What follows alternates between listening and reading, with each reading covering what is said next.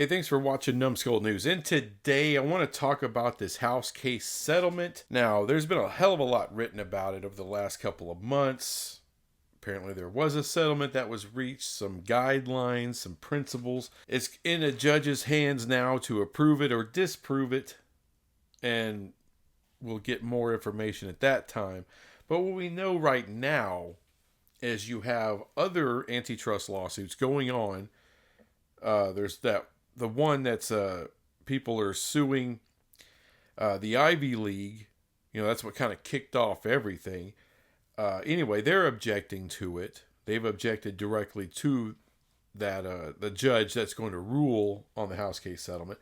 And some other people as well that have antitrust lawsuits going on also objecting to it, saying it's a bad deal. It sucks. So, what no one's really talking about is that this settlement can get thrown out by the judge based off of the objectors, and there are several. So that's the first truth to this thing. The second one is the $20 million, $22 million people are talking about. I don't know where this number's coming from. I really don't. I also saw 22% of revenue from a conference. Now that makes sense, right? The percentage. Because how does a Big 12 team pay $20 million per year to their athletes when the media rights deal only pays 31.7? I know there's other factors in that, but damn, that's a lot of money for the Big 12 to fork over, and it's a lot less for the SEC and the Big 12 and the Big 10. That's why it makes sense that it'd be a percentage, not a direct number. So we'll find out how that goes. I think the percentage, because that's how the NFL pays their players. That's how the NBA pays their players, and that's with players' unions, Major League Baseball as well. Though all those players, they get a percentage of the total revenue of the league. And I don't see that being different in college football. And even if it is, it's not going to stand, because eventually these players, what they're going to do, they're going to unionize and collectively bargain. So all these restraints on NIL that they're trying to come up with, you can kiss my ass. There's no union, no players association, period, that's going to agree to that. The NIL has nothing to do with the college. They keep trying to tie it in, like the college and the university needs to control the NIL, or the conference needs to control the NIL. You know, you have to get conference or school approval for an NIL deal. Whenever collective bargaining, and that's going to happen very soon. As soon as the profit sharing comes into place, these players are going to unionize and collectively bargain, and they don't want you touching their NIL. Period. End of story. They shouldn't have to come to the school or to the conference for approval for a Nike deal or a shoe deal, a soft drink deal, whatever it is. And I know the only rules they could throw out is, okay, the university itself can't just throw money at players. Okay. Outside of profit sharing, outside of that. And look, the reason I'm making this video, because there's just so much horseshit being thrown out there about the house case and the settlement when nothing is settled. Period. End of story. We have no freaking clue how all of this is going to play out. Because however this judge and the NCAA and the people involved in the antitrust, the House people, whenever all of that dust settles, guess what? The players unionize, they kick the dust all up in the air again, and it's all going to change again, because the players are going to have a say. And if they have to sue to do it, they'll sue to do it. And they'll win. Because look, the powers that be within these conferences, especially the Big Two conferences, because there's schools within those two conferences that are really responsible for this shit. NIL should have been a thing a long time ago. Did the NCAA want that? No, they didn't. Why? Because the Blue Bloods didn't want it. Your big time athletic schools did not want NIL kicking off. They wanted to make all the money off the names of these guys and these ladies but they didn't want them to collect on their name. If you look at West Virginia or Texas Tech or TCU or Utah, hell, Marshall, San Diego State, whomever, you can't convince me that all those schools, really cared if there was NIL or not. Especially the schools, the lower down you go, the less scholarships you can afford to give out. And those schools have no problem with their players going out and finding money.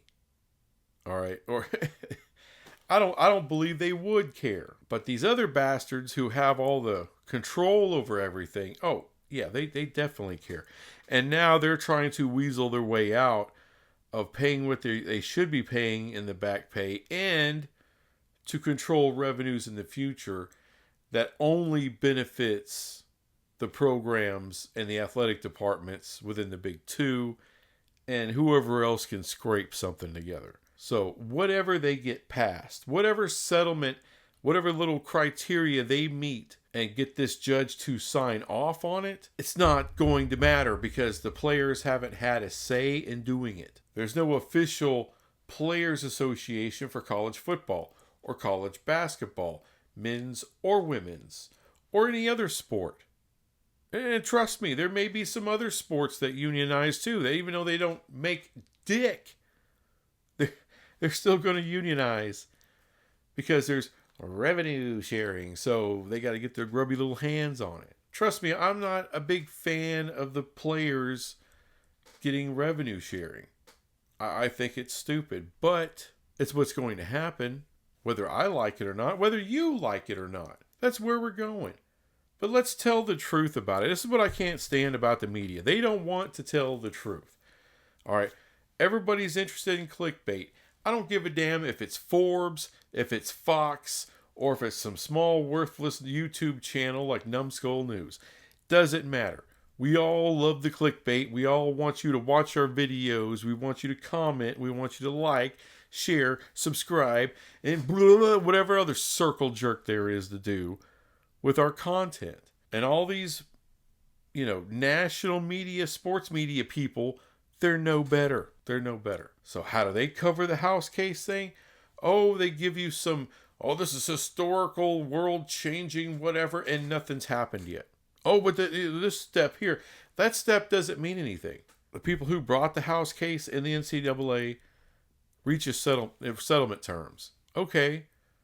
But now a judge has to prove that. Then you have other people that are now objecting to it. And those objections are going to be heard by the judge. And like I said, twice before now, the players are going to unionize. And then they are going to want to collectively bargain and change all this shit to benefit the players. Why was there been like this media onslaught about house case crap all over sports journalists for the last month and a half? Well, that's because they suck. All right, they're just sucking you in. That's it. They just want your eyeballs on their content. They have sponsors. All right, they have sponsors that they got to insatiate, they got to satisfy, and earn that money. All right, brought to you by Pfizer or whomever.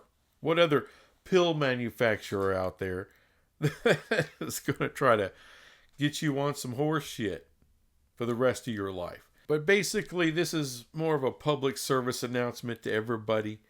Don't fall for the bullshit. Okay?